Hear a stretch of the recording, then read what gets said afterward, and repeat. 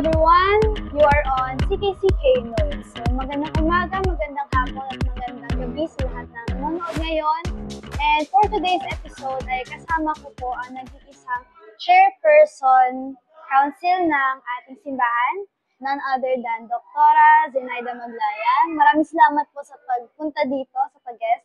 So, may pinrepare po kami na dalawang questions based on the lectionary or message na binigay kanina ni Pastor.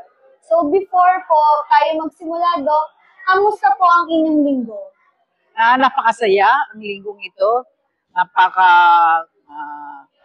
Productive. Mapagpalang linggo, no? Maaga kaming nakarating sa church. Amen. At napakagandang sermon ngayong umaga. Tunay ito nagbigay sa akin ng pampapalakas ng aking katawan at saka aking kaisipan. Ayun, maraming salamat po, Doc. So, let's continue na po. So, for our first question, Doc, sa dami ng mga alalahanin at hamon sa buhay, paano mo napapanatiling bukas ang puso mo at naituwid at baguhin ng Diyos? So, ang hirap po nun, Doc. Oo nga po. Kasi bilang isang nanay, bilang isang guro, bilang isang administrador, no?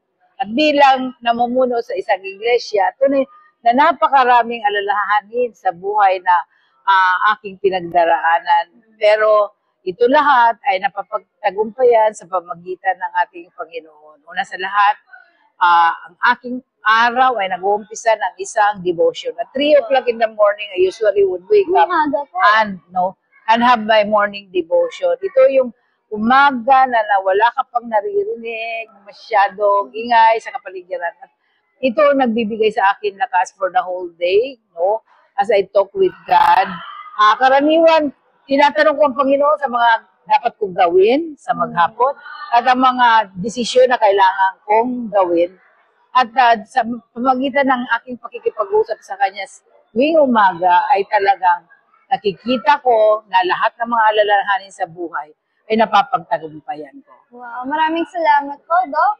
So, nga nung ganda po nung habit nyo na lagi nagde-devotion kasi nakakausap natin doon yung Panginoon na bibigyan tayo ng guidance sa ating araw-araw na pamumuhay. So, sa pangalawang katanungan po natin, Doc, paano mo makikita ang iyong krus bilang oportunidad na maging pagpapala at patotoo sa iba? Ay, masasabi ko na maraming krus ang aking napagdaanan, no? Ako ay mula sa pagkabata, doon ako nag-umpisa sa probinsya, sa Samar, hanggang nagpunta ako dito sa Maynila na mag-aaral ako ng medisina. Opo, ako isang waray sa ano po ako pinanganak sa Balogan, Samar. At hanggang napunta ko dito sa Maynila upang mag-aral. At dito na rin ako nakapag-asawa, nanganak ng dalawang magandang mga batang babae. Ang masasabi ko na maraming ko sa kong pinagdaanan, una sa lahat ay nabiyuda ko ng maaga. No, at the age of 37, I lost my husband. At ang mga anak ko ay maliliit pa. No? Isang 7 years old at isang 3 years old. Paano ko napagtagumpayan ang unang hamon sa akin? Ito ay sa pamagitan ng lalong naging masipag ako sa paglilingkod sa Panginoon. No? Ginamit ko ang aking buhay sa paglilingkod sa Panginoon. Lalo akong naging administrator ako, naging council chairman ako sa panahon ng nag-umpisa rin akong bumangon bilang isang biyuda at mula noon ay lahat ng mga dapat kong gampanan bilang tagapaglingkod sa iglesia ay nagawa ko.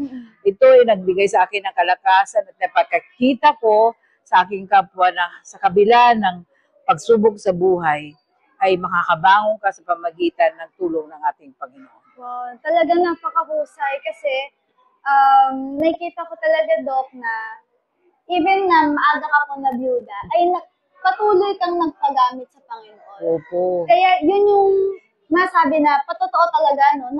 Napakita mo sa ibang tao dito sa ating simbahan na you are led by the Holy Spirit, na yung faith mo ay napaka-strong ng pundasyon nito. No? So, ayun lang po. Maraming salamat sa mga nanonood hanggang ngayon. See you on our next episode dito po sa CKC. Ayun lamang po. Maraming salamat. Thank you po. See Thank you po. you. God bless you. God bless us all po.